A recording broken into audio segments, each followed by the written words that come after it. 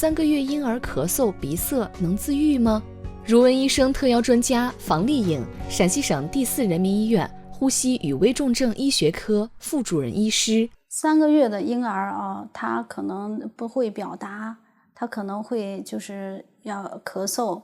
只会表现出来啊。那这个呢，就是